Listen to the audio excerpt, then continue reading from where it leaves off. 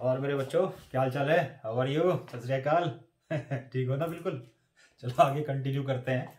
और आगे का हमारा टॉपिक अब है जो रेडियो एक्टिव न्यूक्लियाई होते हैं उसमें जो अल्फा बीटा और गामा पार्टिकल्स का इमिशन होता है उसको आज समझते हैं क्या होता है। लास्ट लेक्चर में हमने, तुम्हें याद होगा, लास्ट लेक्चर में हमने पढ़ा था इस न्यूक्लियर स्टेबिलिटी के बारे में।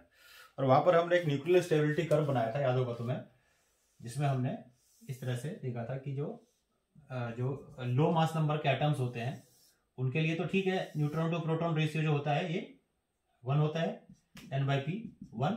लेकिन जो हाई मास नंबर एटम्स होते हैं उनमें वो ज्यादा एटम ज्यादा स्टेबल मिले हैं उनके न्यूक्लियस, जिनमें n/p की वैल्यू 1 से ज्यादा होती है। और नियरली बताया था कि 1.8 के आसपास तक जाती है, 1.87 इसके आसपास जाती है। और लो मास नंबर के एटम्स में वो ज्यादा न्यूक्लियस ज्यादा स्टेबल है, जिसमें 20 से कम बताए थे, जिसमें न्यूट्रॉन टू प्रोटॉन रेशियो 1 होता है। लेकिन हाई मास नंबर के एटम्स में वो एटम्स ज्यादा स्टेबल होते हैं जिसमें नंबर ऑफ न्यूट्रॉन प्रोटॉन से ज्यादा होता है अप टू सर्टेन एक्सटेंट। तो यहां पर हमने देखा था, ये हमारा था, एक वैल्यू बनी थी, इसको हमने बोला था वैल्यू ऑफ स्टेबिलिटी। तो इसका मतलब यह है कि इसके अंदर जो भी एटम्स होते हैं उनके न्यूक्लियस हाईली स्टेबल होते हैं। अगर इसके इधर आया तो भी अनस्टेबल होगा, इसके ऊपर गया, थोड़े से ऐसे होते हैं जिसके ऊपर भी जाते हैं जिनमें नंबर ऑफ न्यूट्रॉन ज्यादा होता है, वो भी अनस्टेबल हो जाते हैं। मैंने बताया था उसका रीजन क्यों ऐसा होता है। अब देखो, जो भी एटम इस वैल्यू से बाहर होगा या इससे ऊपर होगा, वो सारे सारे क्या चाहेंगे, इसके अंदर आने की कोशिश करेंगे ताकि वो स्टेबल हो। नेचर का नियम है, लॉ है कि everybody wants to stabilise himself, herself, सब जगह ऐसी होता है। तो वही चीज यहां पर जितने भी एटम्स हैं अपने आप को चाहते हैं कि हम इस खड्डे में जाके गिरे। और इस प्रोसेस में क्या करते हैं, वो खड्डे में गिरने के प्रोसेस में क्या होता है, नंबर ऑफ न्यूट्रॉन और प्रोटॉन को उनको चेंज करना पड़ेगा, और ऐसा करना पड़ेगा एडजस्ट यहाँ पर आ जाए वो। तो उसके लिए क्या करते हैं, कुछ रेज को एमिट करते हैं या कुछ पार्टिकल्स को एमिट करते हैं, है ना। तो जो रेडियो एक्टिव एलिमेंट्स होते हैं जिनके एटम्स के न्यूक्लियस अपने आप डिसइंटीग्रेट करते हैं, during that process they becomes stable. जो डॉटर न्यूक्लियाई बनता है उसमें वो स्टेबल होता है। तो इस प्रोसेस में क्या करते हैं, वो कुछ तरह के रेज को एमिट करते हैं अल्फा, या कुछ पार्टिकल्स को एमिट करते हैं अल्फा, बीटा और गामा। तो इन्हीं के बारे में आज हम थोड़ा डिटेल में पढ़ते हैं कि अल्फा एमिशन से क्या होता है, बीटा एमिशन से क्या होता है, और गामा एमिशन से क्या होता है, और कब होता है, किस तरीके से होता है। ये सबसे पहला इसमें देखो हमारा है अल्फा डीके के बारे में पढ़ते हैं थोड़ा सा। अल्फा, आपको पता होगा कि अल्फा जो है ये हीलियम का न्यूक्लियस होता है। हीलियम के न्यूक्लियस को ही हम अल्फा पार्टिकल कहते हैं। जैसे अगर मुझे अल्फा पार्टिकल मुझे दिखाना है तो या तो मैं ऐसे दिखा दूंगा इसको अल्फा पार्टिकल को, नहीं तो मैं ऐसे लिख दूंगा हीलियम-24 का मतलब अल्फा पार्टिकल है। तो क्या होता है, पहले हम इक्वेशन लिखते हैं अल्फा डीके की, देखते हैं क्या होता है। Equation of alpha decay. तो मान लो कोई भी एटम लिया मैंने, एक्स रेडियो एक्टिव एटम है, एटॉमिक नंबर इसका ए है, ये वाई में कन्वर्ट हो गया, और इसने अल्फा रे निकाली हीलियम-2 और 4, और प्लस इसने एनर्जी एमिट करी Q, है ना। तो ये जो अब देखो इसमें क्या होगा कि जैसे कोई रिएक्शन हो रहा है, न्यूक्लियर रिएक्शन होता है, न्यूक्लियर रिएक्शन में रिएक्टेंट में जितने मास नंबर होंगे प्रोडक्ट में भी उतने मास नंबर होंगे। ऐसे ही रिएक्टेंट में जितने टोटल एटॉमिक नंबर होंगे प्रोडक्ट का भी टोटल एटॉमिक नंबर सभी का मिलाकर के उतना ही होना चाहिए।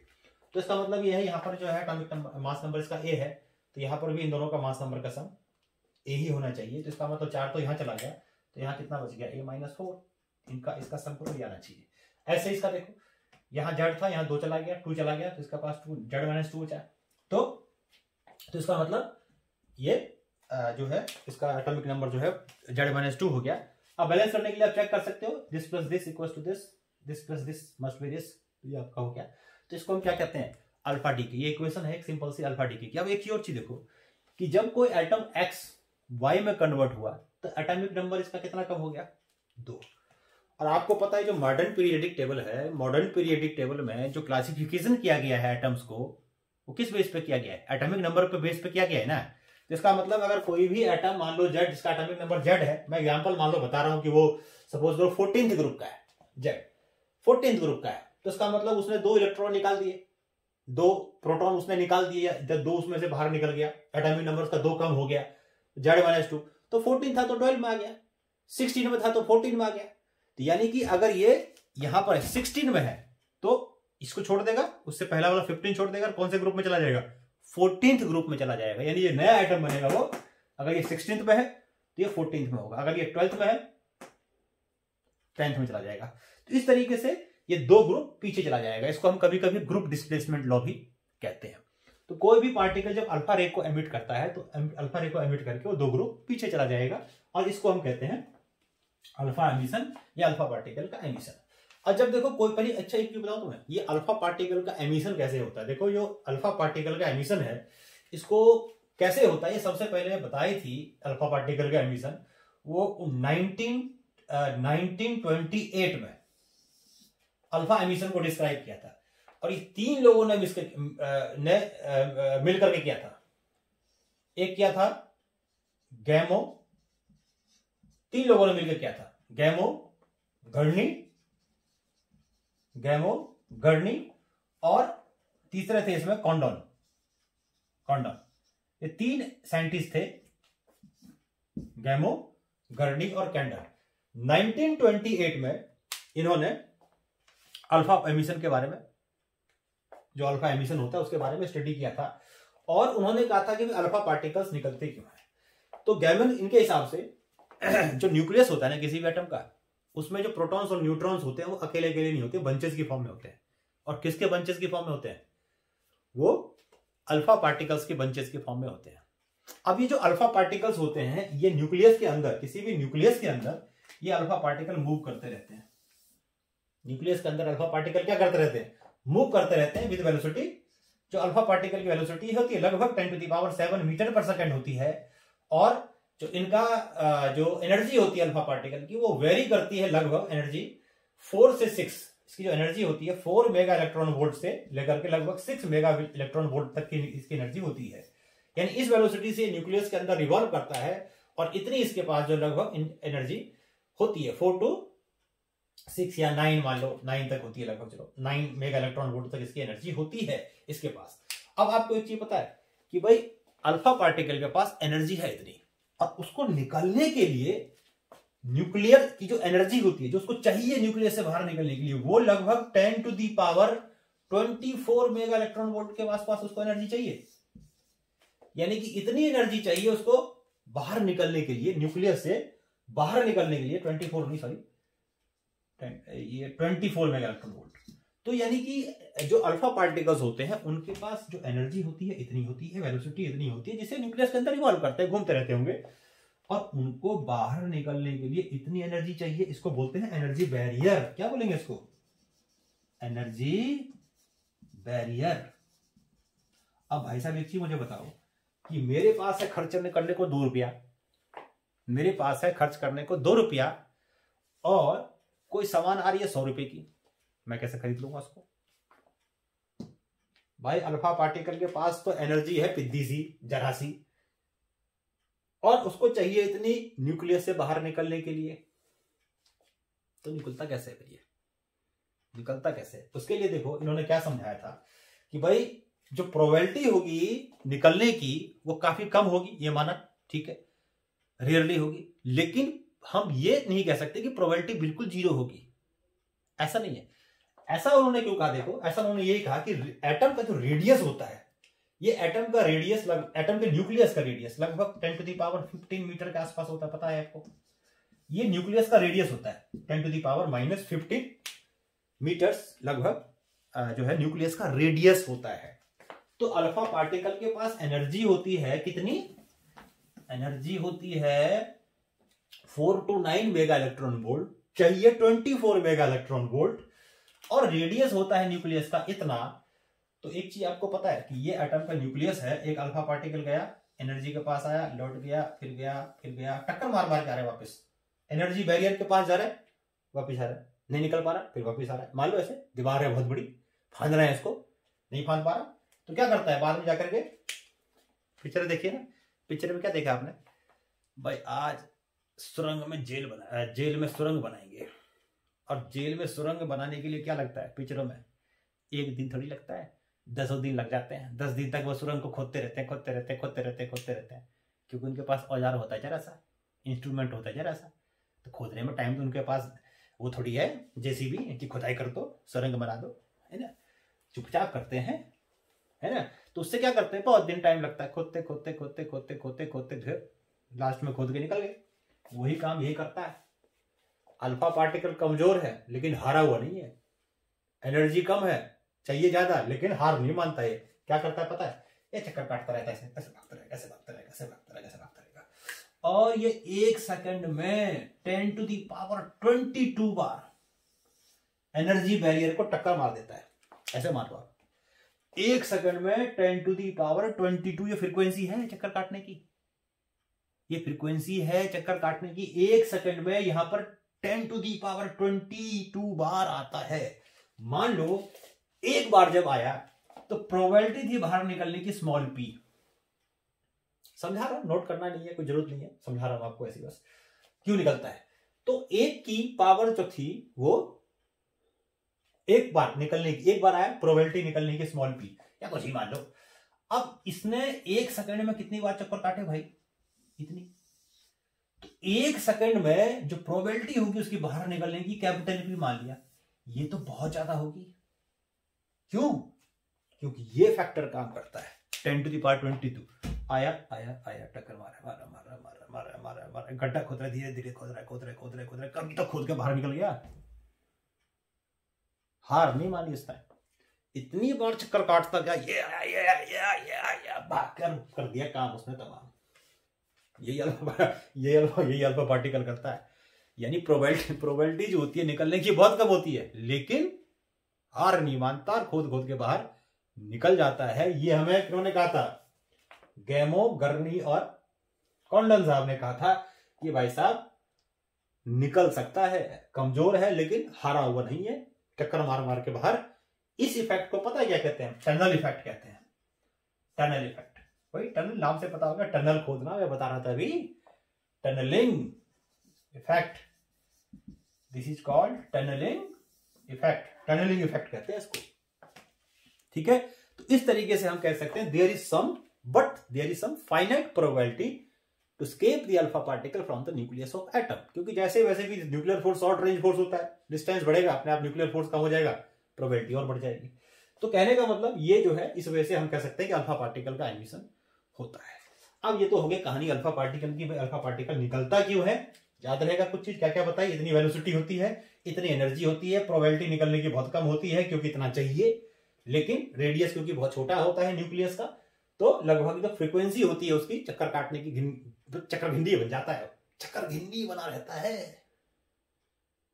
चक्कर भिंडी बन के दूसरों को चक्कर भिंडी बना जाता है, फिर बाहर निकल जाता है। समझ में आ गया? यही काम कर रहा है ये। अब देखो, जो अल्फा पार्टिकल की हमें मेन चीज, ये तो कहानी थी, सुनाई आपको मैंने, एग्जाम पॉइंट ऑफ व्यू से इतना इंपॉर्टेंट नहीं है। अब मेन चीज है इसमें जो न्यूमेरिकल्स आता है उसमें कौन से फार्मूले हम यूज करेंगे। देखो, जब अल्फा पार्टिकल का एमिशन हुआ, मान लो कोई भी एक न्यूक्लियस है, ये न्यूक्लियस मैंने ले लिया एक्स ले लिया मैंने, और atomic number A, Z mass number A, और ये वाई में कन्वर्ट हो गया, एक दूसरे एटम में कन्वर्ट हो गया, एटॉमिक नंबर 2 कम हो गया, मास नंबर 4 कम हो गया, ये बताया था आपको, 4 कम हो गया, और इसने अल्फा रे निकाली 2 और 4, और इसने एनर्जी निकाली। तो इस प्रोसेस में देखो होगा क्या क्या, क्या क्या चीजें हो रही है इसमें। देखो अल्फा पार्टिकल निकल रहा है, हम देखते हैं इस प्रोसेस में हो क्या क्या चीजें रही हैं। सबसे पहले तो देखो, जब ये डीके हो रहा है तो बाहर से कोई एक्सटर्नल फोर्स तो नहीं लग रहा ना, एक्सटर्नल फोर्स नहीं लग रहा, इसका मतलब मोमेंटम कंजर्व है। क्या मतलब हुआ इसका? No external force act during decay of alpha particle. During decay of alpha particle, therefore linear momentum remains conserved.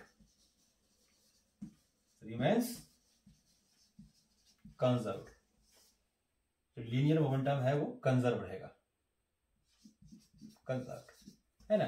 तो कंजर्वेशन ऑफ लीनियर मोमेंटम लगा तो क्या लगाऊं? देखो, mass of X, velocity of X equals to, अच्छा, और rest पे भी है, ध्यान रखना, ये रेस्ट पे है, ये मोशन में स्टार्ट हो जाएगा। मास, ये मोमेंटम हो गया पहले का, फिर हो गया इसका मोमेंटम क्या, मोमेंटम ऑफ एम वाई और वी वाई कर देते हैं प्लस प्लस एम अल्फा और वी अल्फा, ये हो गया।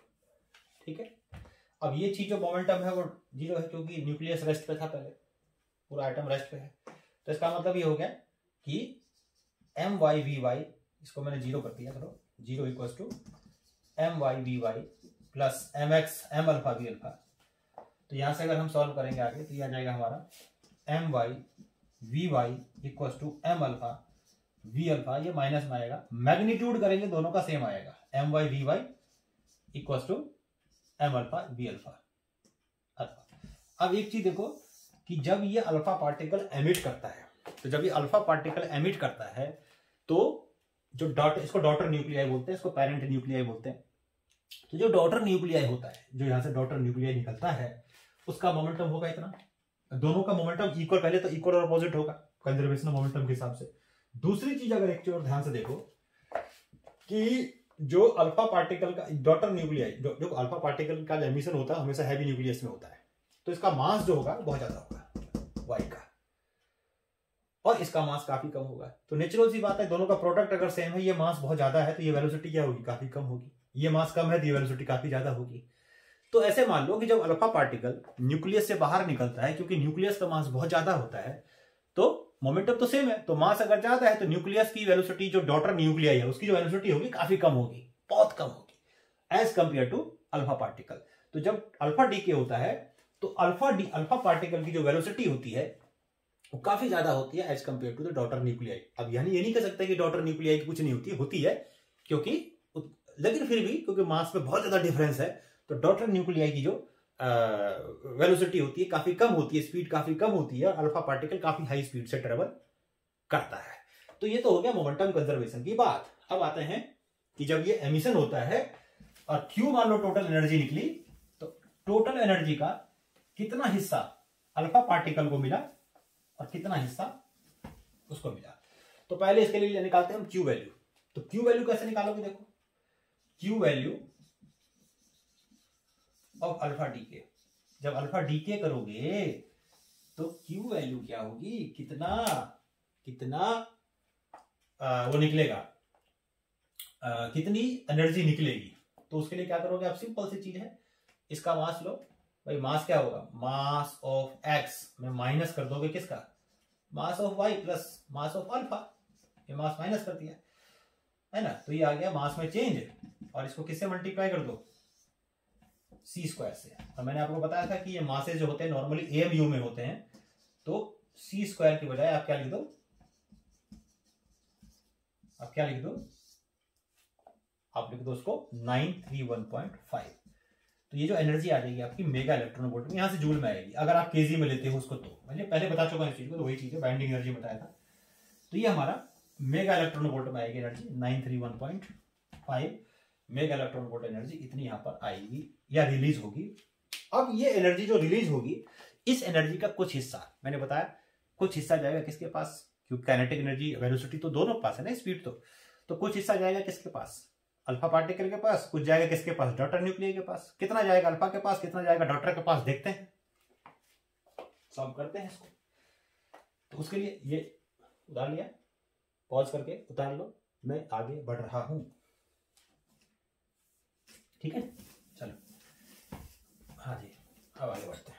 अब देखो इसमें क्या है, जो टोटल एनर्जी निकली उसका कुछ हिस्सा मैंने बताया किसके पास गया, अल्फा के पास गया, कुछ गया डॉटर न्यूक्लियाई के पास। एक फार्मूला आपको पता है, जो फार्मूला हम इसमें यूज करेंगे काइनेटिक एनर्जी में और मोमेंटम में रिलेशन होता है, P square upon twice of M, this is the relationship between kinetic energy and linear momentum. तो दोनों के पास देखो, जब अल्फा डीके हुआ तो दोनों के पास कौन सी एनर्जी है, काइनेटिक एनर्जी आई, पहले रेस्ट पे था, मूव करने लग गया, तो यही दोनों का सम एनर्जी, यही क्यू आएगा और क्या होगा। तो टोटल एनर्जी जो होगी, अगर हमें निकालू energy of X, energy of Y plus energy of alpha, ये यू से दिखा दिया, ये दोनों का सम क्या होना चाहिए, क्यू होना चाहिए ना, क्योंकि जो एनर्जी आई वो काइनेटिक एनर्जी के टर्म्स में ही आई है, ये एनर्जी कोई अलग से नहीं है, ये इन्हीं दोनों की एनर्जी है, ये जो कि अलग से लिख दिया गया है ना, अलग से लिख दिया तो हमने मान लिया दोनों रेस्ट पे थे।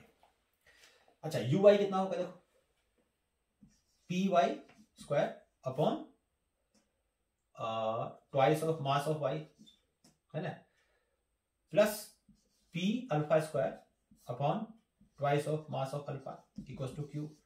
अभी मैंने बताया था एक चीज, प्रूव किया था कि M X V X equal to है, sorry M Y Y Y Y M Y V Y equal to है एम अल्फा वी अल्फा के, और दोनों को मान लेते हैं पी। ये हो गया मतलब पी एक्स, ये हो गया ये पी वाई, और ये हो गया आपका पी अल्फा। तो दोनों को पी मान लो, क्या फर्क पड़ रहा है, इक्वल ही तो है। तो P square upon twice of mass alpha plus P square upon twice of mass, ये वाई हो गया mass of alpha equal to Q. अब इसमें से पी कॉमन ले लो आप, तो पी स्क्वायर की वैल्यू आ जाएगी, पी स्क्वायर आ जाएगा, और 2 भी कॉमन ले लेते हैं, तो 1 upon M Y plus 1 upon M alpha equal आ जाएगा हमारे क्यू के। ठीक है, एलसीएम ले लो, P square upon 2 M alpha plus M Y upon M Y into M alpha, ये इक्वल आ जाएगा क्यू के। तो यहां से आप पी स्क्वायर की वैल्यू निकालोगे तो पी स्क्वायर आ जाएगा आपका Q into 2 of M Y into M alpha upon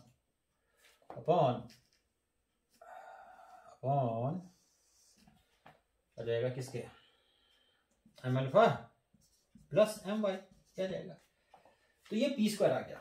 अब हम निकालते हैं, देखो ये हमने इंटू क्यू, हाँ ये क्यू, ये चलो बाद में लिख देते हैं, क्यू को बाद में लिख देते हैं, अच्छा लगेगा, ये आ गया। अब क्या करते हैं, इसके बाद हम ये पी स्क्वायर हमने निकाल दिया, दोनों का पी सेम है, ध्यान रखना, पॉज कर करके उतारते हो। अब इसमें क्या है, एनर्जी निकाल रहा हूं मैं, के ई किसकी, अल्फा की, काइनेटिक एनर्जी किसकी, अल्फा की निकाल रहा हूं, अल्फा की ये।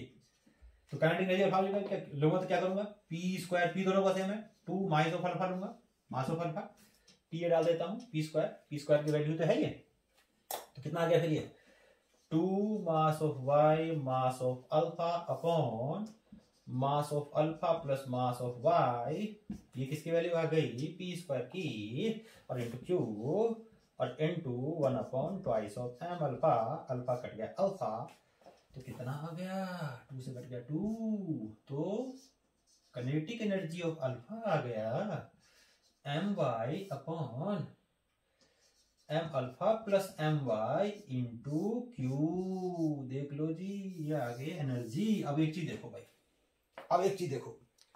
चलो दोनों निकाल लेते हैं, इसको मिटाएंगे नहीं हम। ये देखो अब निकालते हैं डाटा न्यूक्लियर का, ठीक है, पॉज करके उतार लो,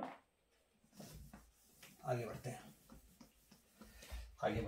अब है इसमें energy of, kinetic energy of Y, तो क्या लेंगे, P square upon twice of mass of Y, ये करेंगे। अब इसके बाद इसमें अगर तुम करोगे तो पी स्क्वायर, वही सेम चीज से निकाला था, कितना था P square, 2 M Y M alpha upon M alpha plus M Y, ये था, इंटू क्यू, और यहां आ गया 1 अपॉन 2 मास ऑफ क्या, व्हाट, 2 मास ऑफ वाई, तो वाई से कट गया वाई, 2 से कट गया 2, this will be m alpha upon m alpha plus my into q। देख लो जी, अब दोनों की कर दो कंपेयर, देख लो, कंपेयर करके देख लो, सत्य वचन बोल रहा हूं। देखो यहां पर अगर आप देखो,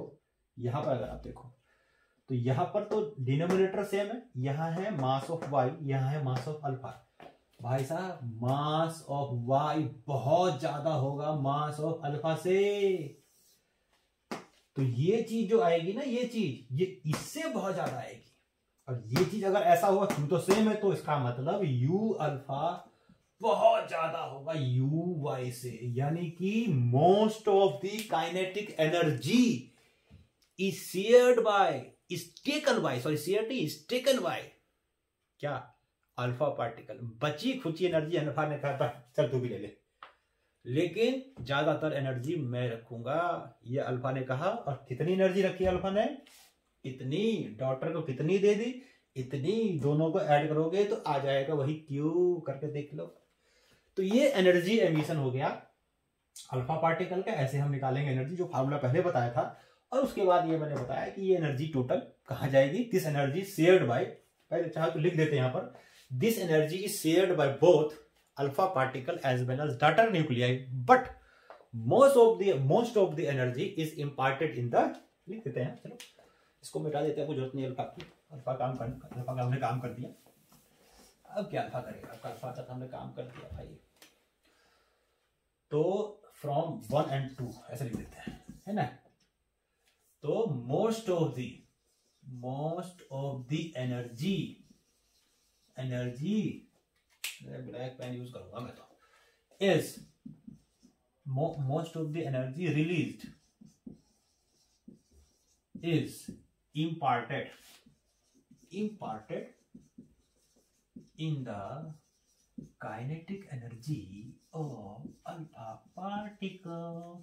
alpha particle के पास ज्यादातर काइनेटिक एनर्जी गई।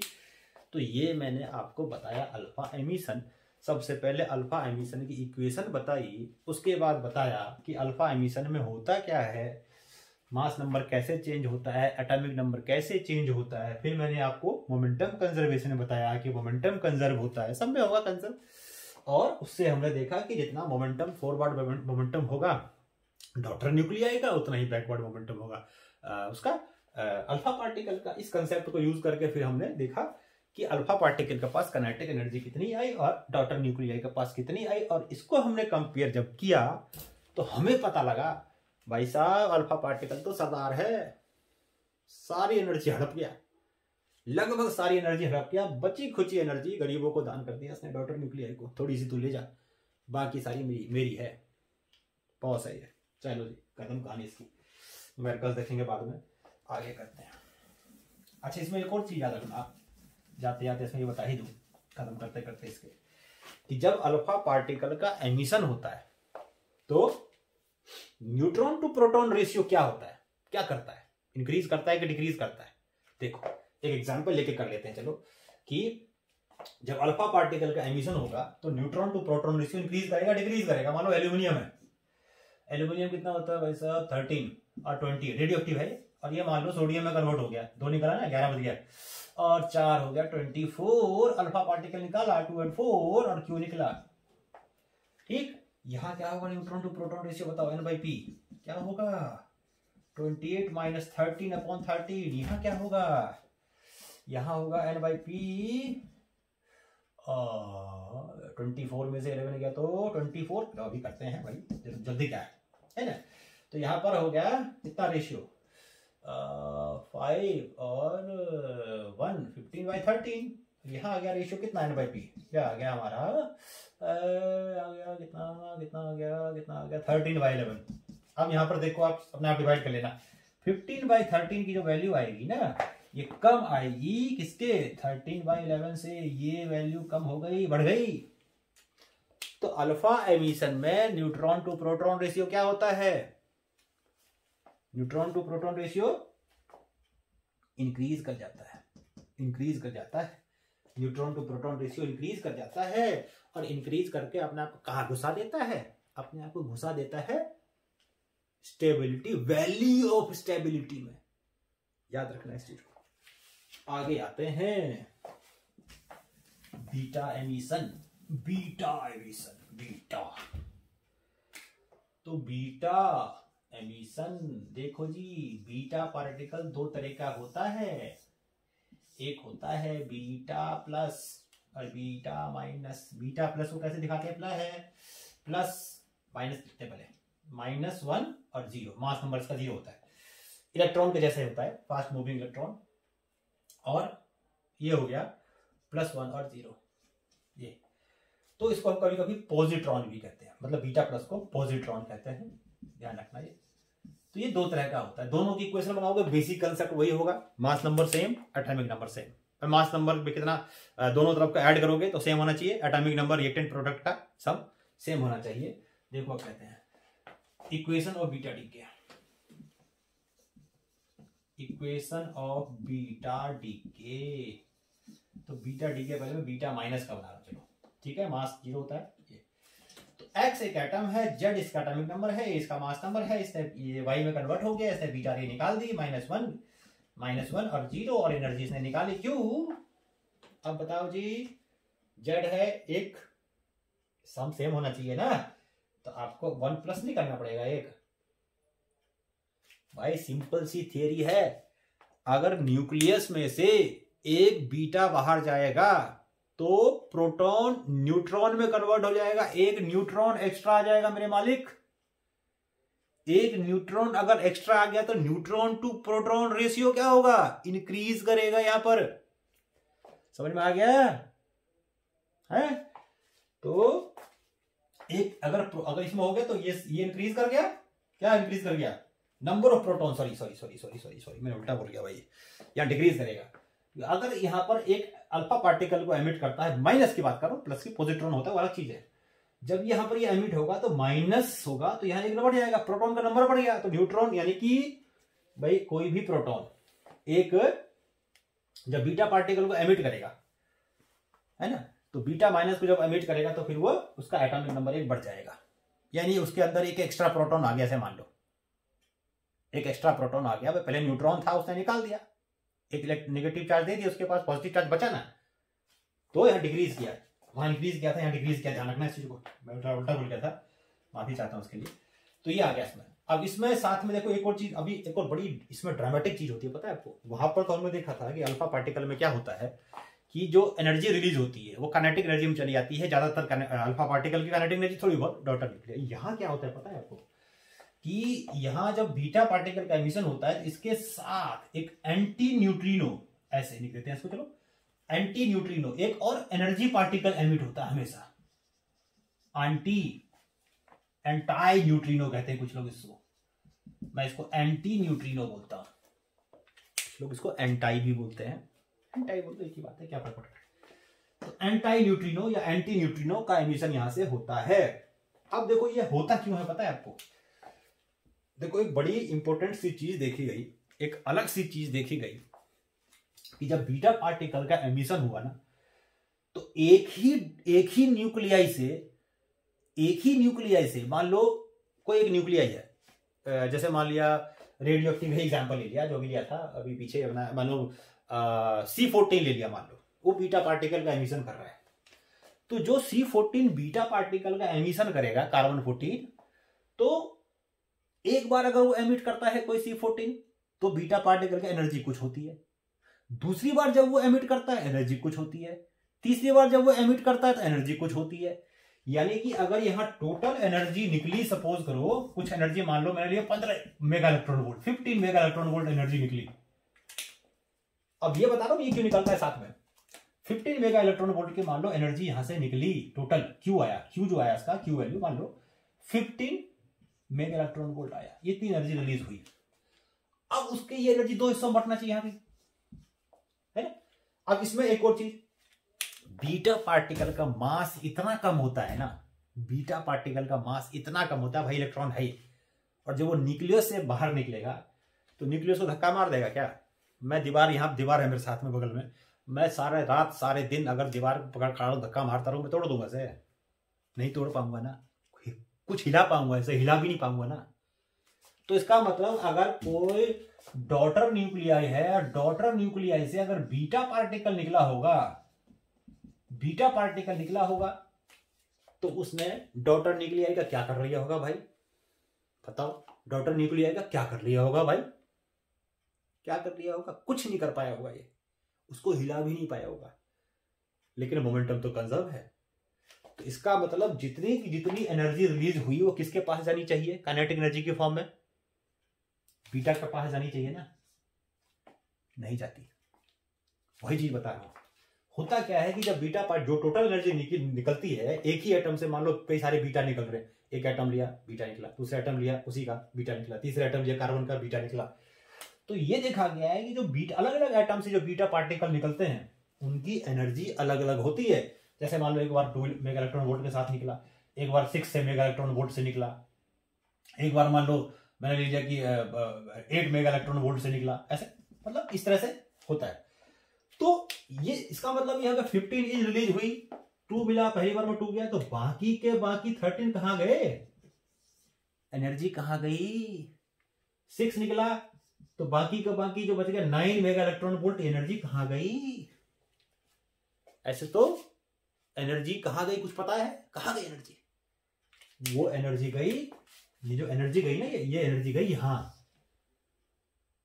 ये एनर्जी गई यहां। इसीलिए क्या होता है, एनर्जी को बैलेंस करने के लिए, मास या बैलेंस ही है, एनर्जी को बैलेंस के लिए क्या होता है कि जब बीटा पार्टिकल का एमिशन होता है रेडियोएक्टिव न्यूक्लियाई से, तो हमेशा बीटा माइनस के साथ हमेशा एंटी न्यूट्रिनो, एंटाई या एंटी न्यूट्रिनो बाहर निकलता है। ये पैकेट्स ऑफ एनर्जी है, लाइक एज प्रोटॉन, फोटोन, और न्यूट्रल होता है, ये भी लगभग न्यूट्रल होता है, हल्का फुल्का चार्ज हो सकता है, लेकिन ये फोटोन की तरह न्यूट्रल होता है, एनर्जी पार्टिकल ऐसे मान लो। और ज्यादातर आपको पता है कि ज्यादातर जो एनर्जी, ये जो उसका मास लेस है भाई, इसके सामने तो इसका मास भी 0 है, इसका तो कुछ हैवी है, इसका कहा गया, इसका तो कुछ हैवी है। जो एनर्जी रिलीज होगी ना, इसके और इसके पास जाएगी, इसके पास तो कुछ ना मिला, ये तो खत्म कहानी, इसका तो खेला ही खत्म, इसके साथ कोई खेला ना हो गए, कहानी खत्म इसकी। जो कहानी है इसके और इसके बीच में, अब इन दोनों बीच में जब एनर्जी का बंटवारा होता है beta particle and anti neutrino के बीच में, तो उसमें से भी ज्यादातर एनर्जी यही ले लेता है। क्यों? क्योंकि इसका मास लेस है, बहुत ही हाई एनर्जी होती है इसके पास, जितनी मास कम उतना ही ज्यादा स्पीड होगी, उतनी किनेटिक में जाओगी। तो मोस्ट ऑफ द एनर्जी जो होती है वो, यानी कि मोस्ट, ऐसे लिख देता हूं उसको चीज को, मोस्ट ऑफ द एनर्जी, भाई इसमें ऐसा भी करा करो, जो चीज समझ में आ रहा है ना बता रहा हूं, नोट कर लिया करो इस चीज को। तो most of the energy is taken by, ऐसे कह सकते हैं, टेकन बाय एंटी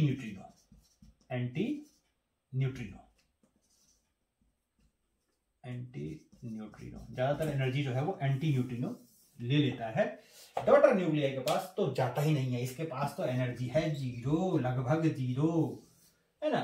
और जो एनर्जी निकली क्यू, वो कुछ गई इसके पास, कुछ गई इसके पास, लेकिन ज्यादातर हिस्सा एंटी न्यूट्रिनो के पास जाता है, और इसीलिए यहां पर बीटा एमिशन में ये निकलता है। तो ये मैंने इसकी इक्वेशन बताई, याद हो गई होगी आपको, है ना।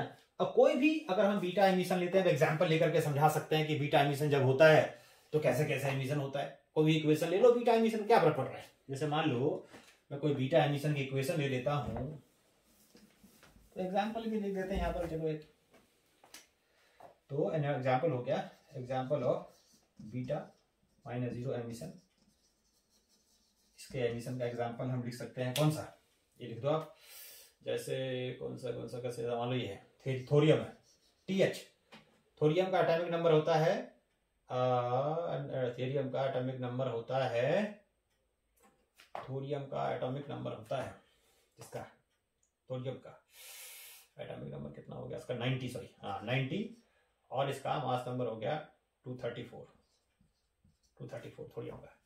और ये बीटा पार्टिकल का एमिशन कर रहा है, तो पैलेडियम में कन्वर्ट हो जाता है, मास नंबर 1 बढ़ जाएगा, एटॉमिक नंबर 1 बढ़ जाएगा, मास नंबर में कोई चेंज नहीं होता। और इसने बीटा माइनस निकाली और एनर्जी रिलीज हुई, साथ में एंटी न्यूट्रिनो भी निकला है। तो ये आपका बीटा पार्टिकल का एमिशन हो गया। ऐसे ही अगर पॉजिट्रॉन निकलता है, पॉजिट्रॉन, अच्छा इसमें देखो एक चीज, अब रेशियो निकाल के देखना, क्योंकि अब मैंने बताया कि यहां पर जब एटॉमिक नंबर 1 बढ़ जाता है ना, N/P ये बढ़ जाता है, इधर कोई सेम है, तो जब ये नीचे बढ़ जाएगा इसका मतलब ये है कि इसमें जो न्यूट्रॉन टू प्रोटॉन रेशियो है वो इंक्रीज करने के बजाय डिक्रीज करता है। समझ में आ गया, डिक्रीज करेगा, अल्फा एमिशन में इंक्रीज करता है, इसमें neutron to proton ratio, beta minus में प्लस की बात नहीं कर रहा हूं, माइनस की बात कर रहा हूं, तो neutron to proton ratio increase करेगा, उसमें डिक्रीज कर जाएगा। अभी देखो आप, ये समझ में आ गया। तो एक बार बताता हूं, दोबारा से ब्रीफ कर देता हूं। देखो जब बीटा पार्टिकल का एमिशन होता है, ये बीटा पार्टिकल की क्वेश्चन होगी। अब जब बीटा पार्टिकल का एमिशन होगा, तो क्योंकि डॉटर न्यूक्लियाई जो होती है उसके सामने बीटा पार्टिकल का मास लगभग 0 है, इलेक्ट्रॉन ही तो है ना। तो जब ये बाहर निकलता है तो न्यूक्लियस को पीछे धक्का ज्यादा नहीं मार पाता, मार ही नहीं पाता, दीवार में टक्कर मार के बाहर आ रहा है मान लो, नहीं मार पाएगा, तो एटम को नहीं हिला पाता। इसका मतलब जो एनर्जी होती है ऐसा लगता है कि वो एनर्जी काइनेटिक एनर्जी में चली जाएगी बीटा पार्टिकल की, लेकिन कहानी पेच तब फंसती है तब जब इसकी एनर्जी निकाली जाती है टोटल, तो कुछ और आती है, और काइनेटिक एनर्जी बीटा की निकाली जाती है तो कुछ और आती है। हमने एग्जांपल समझाया था कि टोटल एनर्जी मान लो 15 मेगा इलेक्ट्रॉन वोल्ट निकली और बीटा को मिली 2, और ऐसे ही जब अलग अलग एटम के लिए, सेम एटम के लिए, जब बीटा पार्टिकल एक ही एटम अलग अलग बार एमिशन कर रहा है, एक एटम कर रहा है बीटा, कार्बन का बताया एग्जांपल मैंने बताया था 14 C14, एक बार 2 4 ऐसे, तो इस तरीके से जब वो एनर्जी का एमिशन करता है तो वो एनर्जी डिफरेंट आती है, वो एनर्जी डिफरेंट आती है, एक बार कुछ और आती है, दूसरा कुछ और आती है, तीसरी बार कुछ और आती है। समझ में आ गया? तो ये जो एनर्जी डिफरेंट आती है वो एनर्जी किसके पास जाती है? ये जाती है इसके पास, और इन दोनों की जो सम होती है एनर्जी वो टोटल एनर्जी है। और क्योंकि ये जो इसको एंटी न्यूट्रिनो कहते हैं, एंटी न्यूट्रिनो कहते हैं, इसकी जो मास होगी मासलेस है लगभग, तो इसका मतलब लगभग ऑलमोस्ट जो एनर्जी सारी की सारी, हमें तो भ्रम था कि काइनेटिक एनर्जी इसके पास गई, अब इसको इसने बेचारे ने वैसा मानो चूस लिया इसकी एनर्जी को, सारा खत्म कर दिया इसका। तो ज्यादातर एनर्जी जो होती है ना इसके पास, कुछ ही बीटा पार्टिकल्स होते हैं जो बहुत ज्यादा एनर्जी रिलीज होते हैं काइनेटिक एनर्जी से, ज्यादातर एनर्जी एंटी न्यूट्रिनो के पास ही आती है, ये ध्यान रखना बीटा पार्टिकल एमिशन में। समझ में आगे बात? उतार लिया? पॉज करके उतार लो, आगे बढ़ते हैं। इसमें कर्व भी आप बना सकते हो, बनाए तुम देखो, अगर मैं बीटा पार्टिकल एमिशन का ये कर्व मैंने बनाऊं तो ये है, देखो ये मैं ले अगर कि ये है energy of beta particle, energy of beta particle, energy of beta particle, ये एक्सेस लेते हैं एनर्जी ऑफ बीटा पार्टिकल, और दूसरा लेते हैं हम नंबर ऑफ बीटा पार्टिकल, ऊपर है number of beta particle, number of beta particle, beta particle. तो ये जो एनर्जी आती है ना, ये कांस्टेंट नहीं आएगी, एनर्जी इस तरह से वेरिएबल आती है, इससे एनर्जी आएगी, इस तरह से एनर्जी आएगी। और इससे यहाँ क्या दिख रहा है कि जैसे जैसे नंबर, देखो नंबर बढ़ रहे हैं, नंबर बढ़ रहे हैं, एनर्जी कम हो रही है, कर्व ऊपर जा रहे हैं, देखो यहाँ, ये देखो, ये देखो, यानी जब पीछे आया तो कर्व ऊपर गया, इसका मतलब ज्यादातर बीटा पार्टिकल्स होते हैं ना उनके पास एनर्जी कम होती है, बहुत कम होती है, और मोस्ट ऑफ द एनर्जी किसके पास जाती है? एंटी न्यूट्रिनो के पास। ठीक है, तो ये कर्व है, चाहो तो इसको नोट कर लो, अच्छा है। इस कर्व से क्या पता लग रहा है कि जैसे एनर्जी कम हो रही है ग्राफ ऊपर जा रहा है, इसका मतलब ज्यादातर जो बीटा पार्टिकल्स होते हैं उनके पास ज्यादा एनर्जी नहीं जाती है, ज्यादातर एनर्जी कौन लेता है, कौन हड़प जाता है? हड़पू, नाम है हड़पू, एंटी न्यूट्रिनो हड़प गया सारा इसकी एनर्जी, नहीं निकलता था बेचारा, इसके पास मिलती सारी, परेशान हो गया इसको उसने। हाँ जी, चलो छोड़ो उसको, उसकी वो तो उसकी प्रॉब्लम है। अब है बीटा पार्टिकल, दूसरा क्या बताया? Positron, beta plus, emission of beta plus, emission of beta plus. देखो ये बीटा प्लस का, बीटा प्लस को ऐसे लिखेंगे हम, ऐसे +1 और 0 ऐसे, क्या बोलते हैं इसको? Positron, positron. कोई भी एटम, इक्वेशन लिखते हैं पहले, कोई भी एटम एट ए है, जेड एटॉमिक नंबर है, वाई में कन्वर्ट हो गया, बीटा पॉजिटिव निकाल दिया, और ये प्लस में कन्वर्ट एनर्जी, और इसके साथ यहाँ भी उसी खेला, उसके साथ भी यही है, वहां जो खेला हुआ ना वही खेला इसके साथ भी, दोनों एक ही चीज तो है, बस प्लस माइनस बनता है, और क्या है? Positively charge electron is called positron. तो यहां पर निकलता है न्यूट्रिनो, क्या निकलता है यहाँ पर? ये क्या है? न्यूट्रिनो। वहां क्या था? एंटी न्यूट्रिनो, यहां निकलता है न्यूट्रिनो, और यहां पर भी सेम चीज, बस क्यू वैल्यू यहां निकालोगे तो क्यू क्या आएगा इसमें? अच्छा भाई, क्यू वैल्यू पहले भी नहीं बताई थी क्या? यार चलो तो एक बार मैं बता देता हूँ क्यू वैल्यू वहां की भी, याद नोट कर लो उसको। हाँ चलो बीटा माइनस का ही दे देते हैं, अभी छोड़ो उसको।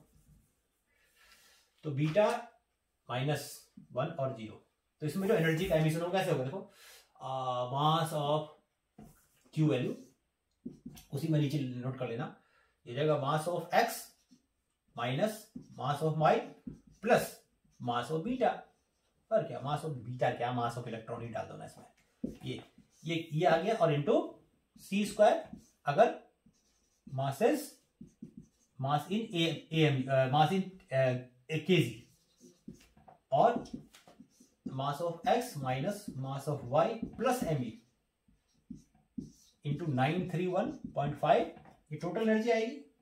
ये मोस्टली किसके पास जाएगी? एंटी न्यूट्रिनो के पास, या एंटी न्यूट्रिनो के पास, तो ये मेगा इलेक्ट्रॉन वोल्ट में आ जाएगी। तो ये क्यू वैल्यू आ गई, बड़ा आसान है, कोई खास बात इसमें है नहीं, ये आ गया। अब उसके बाद देखो नेक्स्ट आता है हमारा beta plus, beta plus. Pause करके नोट करते रहना इस सब चीजों को, मैं भूल जाता हूँ, देख लो 20 साल से पढ़ा रहा हूँ, ध्यान से तो जाता है, आप भी ध्यान रखना इस चीज को। तो बीटा इक्वेशन क्या बनेगी इसकी, देखो इक्वेशन बनेगी जैसे एक्स है, जेड ए वाई में कन्वर्ट हुआ, बीटा प्लस का एमिशन हुआ, एनर्जी निकली, साथ में न्यूट्रिनो निकलता है यहाँ पर मालिक, न्यूट्रिनो निकलता है।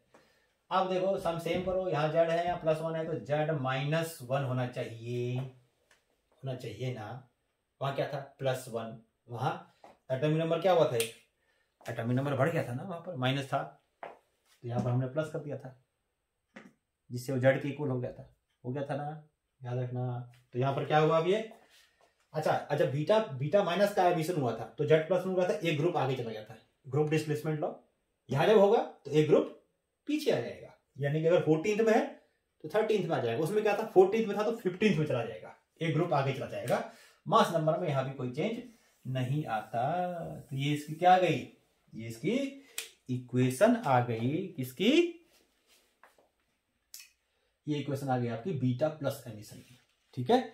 इसमें एटॉमिक नंबर इसका एक कम हो जाएगा क्योंकि इसको ऐड करोगे तो ये आना चाहिए, इन दोनों का सम करोगे तो ये आना चाहिए, मास नंबर के इक्वल एटॉमिक नंबर के इक्वल।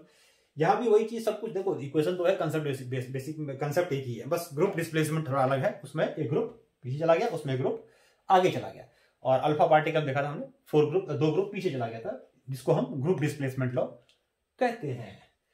तो ये आपका बीटा एमिशन यानी पॉजिट्रॉन का एमिशन हो गया, और यहाँ पर न्यूट्रिनो निकलता है। यहाँ भी जो मोस्ट ऑफ द एनर्जी है वो इसके पास जाएगी, इसके पास जाएगी, और यहाँ पर भी वैसे निकालोगे, क्यू वैल्यू कैसे निकालोगे, क्यू वैल्यू इज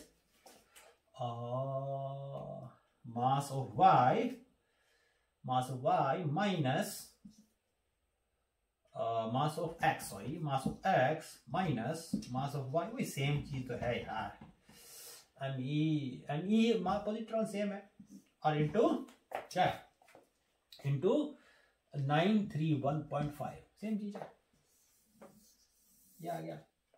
C² मैंने नहीं लिखा क्योंकि मेगा इलेक्ट्रॉन वोल्ट में नॉर्मली लिख तो चाहो तो एक ही चीज है। तो इस तरीके से ये एनर्जी जो होती है, ये यहां भी energy, most of the energy is imparted in the, तो इसमें एक पॉइंट लिख देता हूं चलो दोनों का मिला करके, daughter nuclei does not get any energy. दूसरा, मोस्ट ऑफ द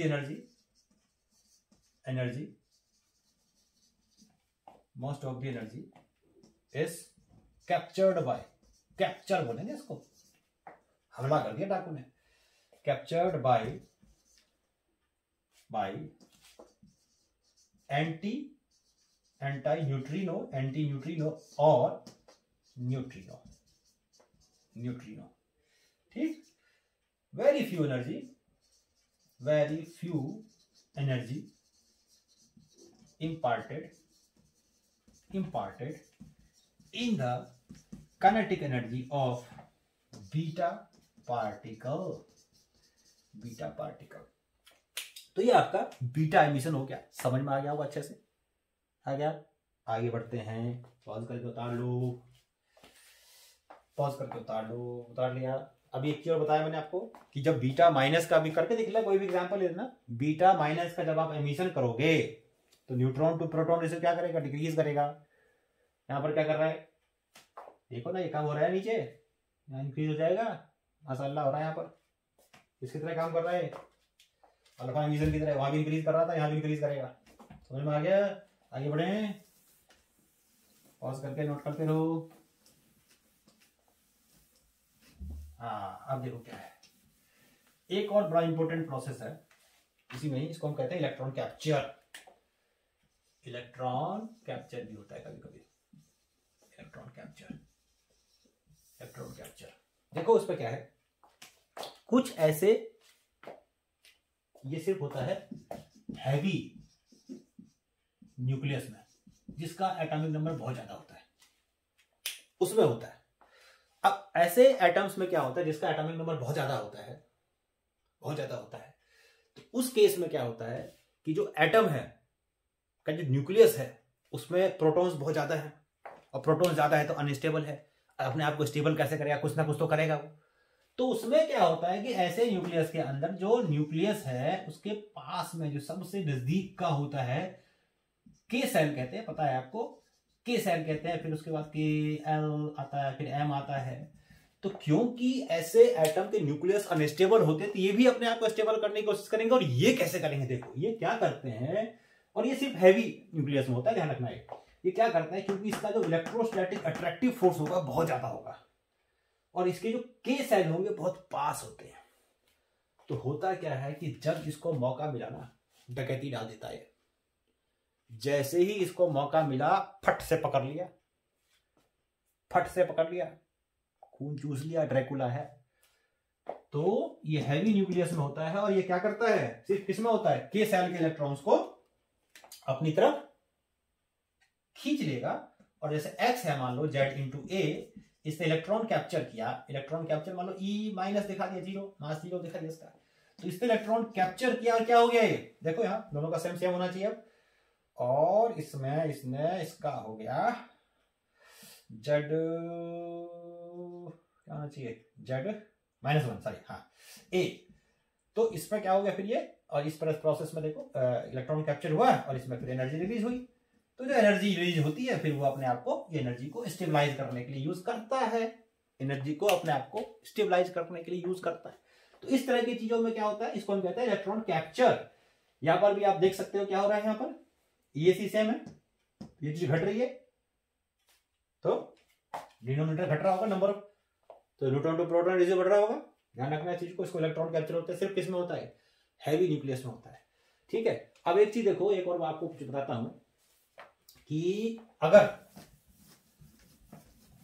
अच्छा एक चीज और मैं पहले भी शायद एक बार बताया था लेक्चर में किसी में, कि न्यूट्रॉन जो होता है ना वो कभी भी अकेला एग्जिस्ट नहीं कर सकता, प्रोटॉन अकेला एग्जिस्ट कर सकता है, प्रोटॉन अकेला एग्जिस्ट कर सकता है, न्यूट्रॉन कभी भी अकेला एग्जिस्ट नहीं कर सकता। पता है क्यों?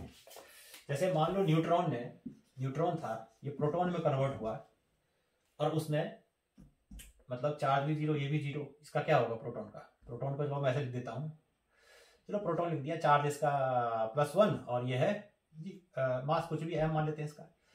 तो ये इसमें कन्वर्ट हुआ और उसने क्या निकाली, ये प्रोटॉन में कन्वर्ट हो गया और इसने इलेक्ट्रॉन को निकाल दिया, -1 और 0, ये इसका मास m, ये है।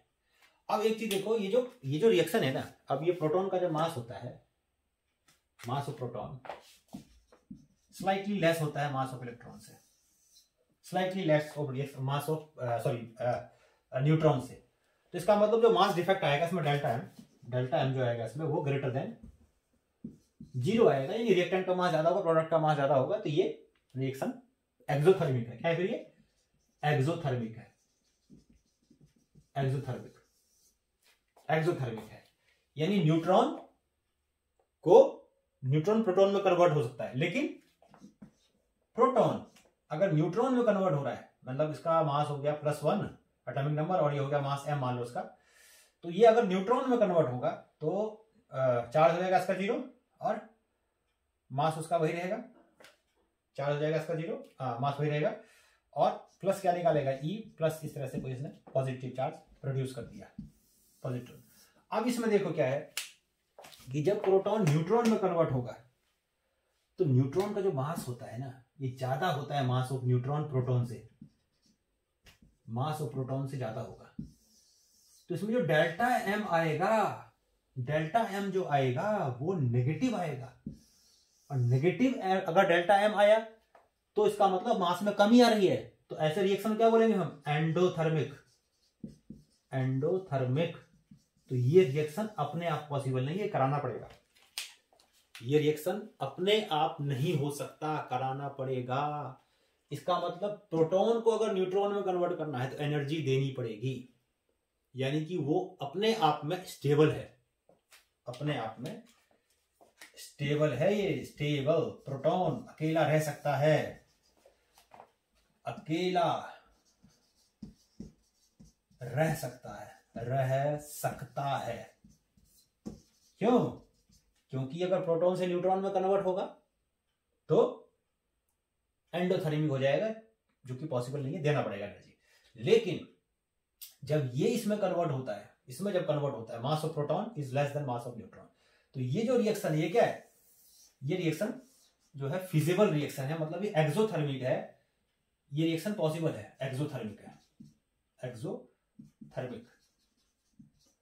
एक्सोथर्मिक होगा तो फिर क्या होगा, रिएक्शन अपने आप हो जाएगा। तो ये जो इसमें होता है न्यूट्रॉन, वो अनस्टेबल होता है, अनस्टेबल होता है। तो कभी भी न्यूट्रॉन अकेला एग्जिस्ट नहीं करता, ध्यान रखेंगे, उसको साथी चाहिए।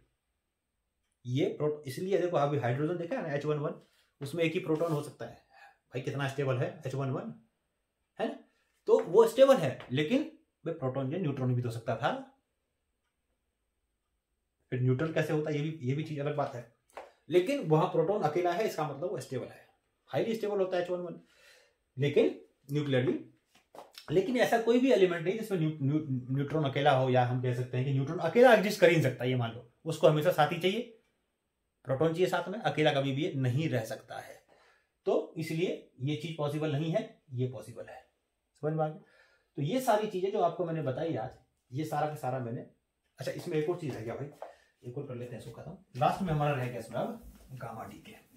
पॉज करते उतारते रहना सब चीजों को, जो इंपोर्टेंट चीजें बता रहा हूँ नोट भी करते रहना, नोट करते रहना सब चीजों को। आ गया है देखो गामा डी के, गामा डी के। देखो गामा डी के जो होता है ना, गामा डी के, जो गामा डी के होता है, गामा डी के, तो गामा जो है ये चार्जलेस भी है और मासलेस भी है। तो भाई साहब इसका डीके क्यों होता है, क्यों होता है इसका डीके? कैसा पार्टिकल है ये? पार्टिकल है चार्जलेस एंड मासलेस। मासलेस मतलब ये एनर्जी पार्टिकल से ऐसे कर सकते हैं, लेकिन ये चार्जलेस और मासलेस होते हैं, चार्जलेस और मासलेस होते हैं। तो फिर जितनी भी रेडियो एक्टिविटी प्रोसेस होती है, उस प्रोसेस में गामा रे क्यों निकलता है? गामा रे देखो इसलिए निकलता है, जैसे आपको पता होगा कि जितने भी ये इलेक्ट्रॉन्स होते हैं, ये ग्राउंड स्टेट पे भी होते हैं, और इसको एनर्जी देके हम एक्साइट भी कर सकते हैं, एक्साइटेड स्टेट में ही पाए जाते हैं। और एनर्जी को, अगर एक्साइटेड स्टेट है तो एनर्जी को रिलीज करके वापस अपनी जगह आ जाएंगे। ऐसा होता है ना, होता है। इसी तरीके से जितने भी न्यूक्लियर रिएक्शंस होते हैं, in most of the nuclear reaction, जो डॉटर न्यूक्लियाई होता है, डॉटर न्यूक्लियाई, वो एक्साइटेड स्टेट में मिलता है। एक्साइटेड स्टेट मतलब स्टेबल तो हो गया, लेकिन उसका न्यूक्लियस एक्साइटेड स्टेट में है। तो वो क्या करता है फिर वो एनर्जी को रिलीज करता है step by step in the form of gamma ray, और अपने आप को ग्राउंड स्टेट में ले आता है। समझ में आ गई बात? तो लेकिन यानी कि जब एंड होता है न्यूक्लियर, इसका मतलब गामा रे का मिशन क्या हो गया, जब न्यूक्लियर प्रोसेस खत्म हो गया ना, जब रेडियो एक्टिविटी खत्म हो गई ना, जब डॉटर न्यूक्लियर बन गया ना, उसके बाद गामा रे निकलता है। ठीक, तो गामा रे मतलब लिख देते हैं एट द, इसको लिखवाता हूं, at the end of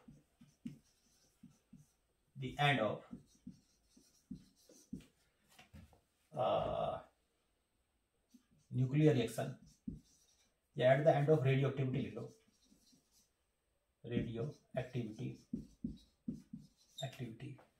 daughter nuclei, most of the daughter nuclei, सारे तो नहीं कह सकते, most of the daughter nuclei found in excited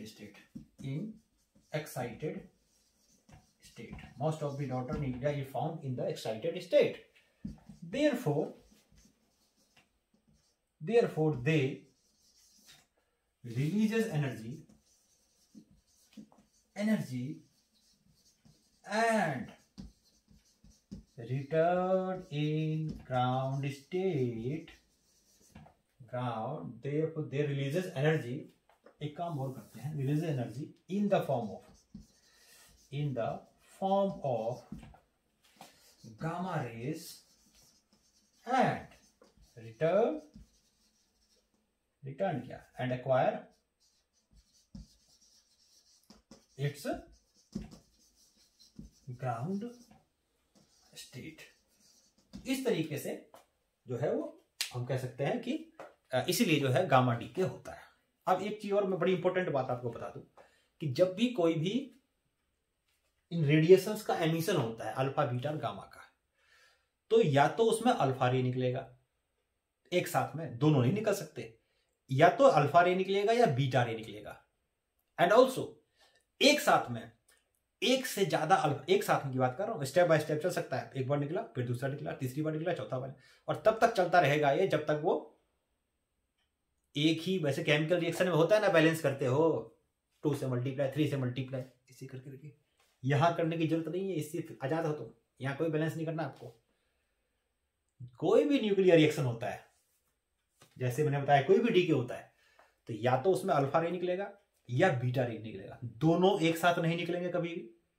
and also at a time एक से ज्यादा अल्फा नहीं निकलेगा, एक से ज्यादा बीटा नहीं निकलेगा। जैसे मैं एग्जांपल सीरीज बता दूं जैसे, लेकिन गामा रे जो होता है ये निकल सकता है, ये अल्फा के साथ भी निकलता है, या हमेशा लगभग निकलता ही है, और बीटा के साथ भी निकलता है।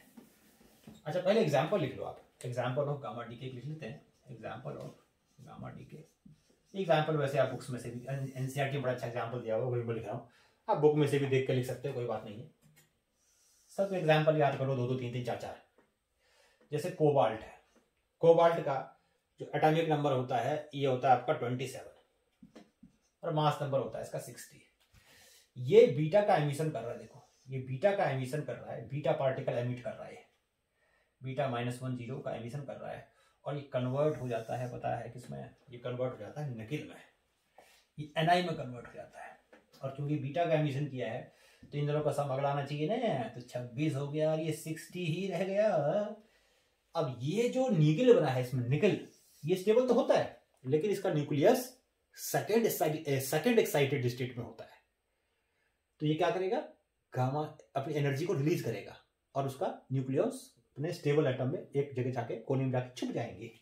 कैसे, ये क्या करता है, ये देखो एनर्जी का एमिशन कर रहा है, किसमें, गामा रे की फॉर्म में। तो एक स्टेप में जो एनर्जी का एमिशन करता है लगभग 1.17 करता है electron volt energy, mega electron volt energy करता है, इलेक्ट्रॉन वोल्ट तो होता ही इसमें भाई, इतनी एनर्जी को रिलीज करता है पहले प्रोसेस में, ई मान लिया, ई गामा, और एनर्जी किसके पास जाएगी, गामा की फॉर्म में, और ये फर्स्ट एक्साइटेड स्टेट को गेन कर लेगा। लेकिन यहाँ भी निकिल है, कोई इसको एमिशन से मास में कोई चेंज नहीं आया, ध्यान रखना, ना चार्ज में चेंज आया, यहाँ भी निकिल है, यहाँ भी निकिल है, सिर्फ यही इस स्टेट में था, एनर्जी निकाल करके सेकंड से स्टेट से फर्स्ट स्टेट में आया और उसके बाद ग्राउंड स्टेट में चला जाता है, एनर्जी रिलीज, फर्दर एक और बार एनर्जी, एक स्टेप बाय स्टेप रिलीज होती है इसमें भी, जैसे इलेक्ट्रॉन ट्रांजिशन में होता था वैसे यहाँ भी।